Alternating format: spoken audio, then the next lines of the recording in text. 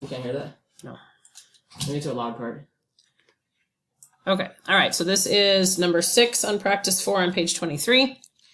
Blackie, a cat whose mass is 5.45 kilograms, is napping on top of the refrigerator when he rolls over and falls.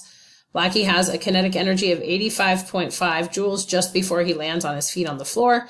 How tall is the refrigerator, and with what speed does he hit the ground? Okay. All right. So, why is this happening?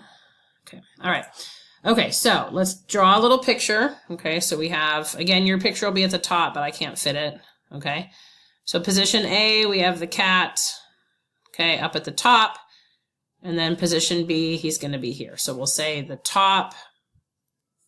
Okay, and position B is the bottom at the ground. Okay. All right. So let's ask ourselves, what kind of energy does he have at the top when he's resting on the refrigerator? He has EG because he's above the ground. Okay, no EK because it doesn't say he's moving. Okay, it says that he's just napping. No springs. Okay, and no ED in position A ever. All right, so the whole entire thing is going to be EG. Okay. All right, so then what we'll do is we're going to try to solve. Okay, so the mass is 5.45 kilograms. The G is 10 newtons per kilogram. And the height of the refrigerator, we don't know. Okay, the rest of these things are all 0, so I'm kind of stuck, right? I don't know the total energy, and I don't know the height or the EG. Okay, when this happens, and oftentimes it happens, you have to go to position B to try something over there. Okay, so let's look at position B. So he's fallen off the refrigerator. He's on the ground. Okay, yes, he's moving because he hasn't smacked into the ground yet. Okay, no EE. Okay, and it says no ED. Okay, so this is a nice simple one where the whole thing is going to be EK. All right, this one is only tricky because you have to actually kind of go in a reverse order. Okay. All right.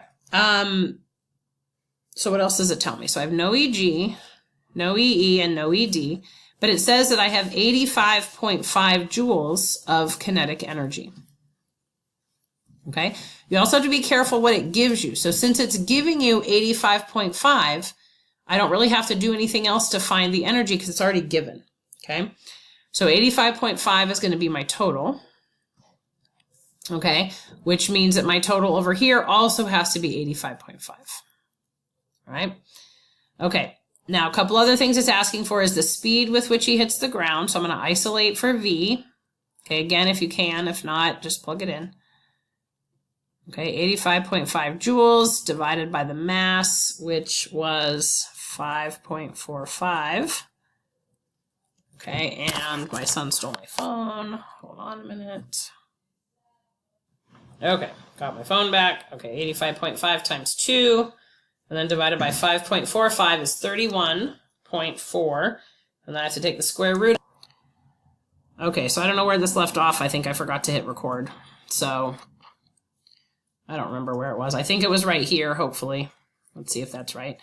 Okay, if I multiply all this out in my calculator, I get the velocity as 5.6 meters per second. Okay. And then I have to go back over here now to solve out for the height. Okay, I'd already started this before. I'm looking for the height, and now I do know the total energy is 85.5 joules because all the rest of these are 0. Okay, and then if I just multiply this out and divide it, I get 1.62 meters.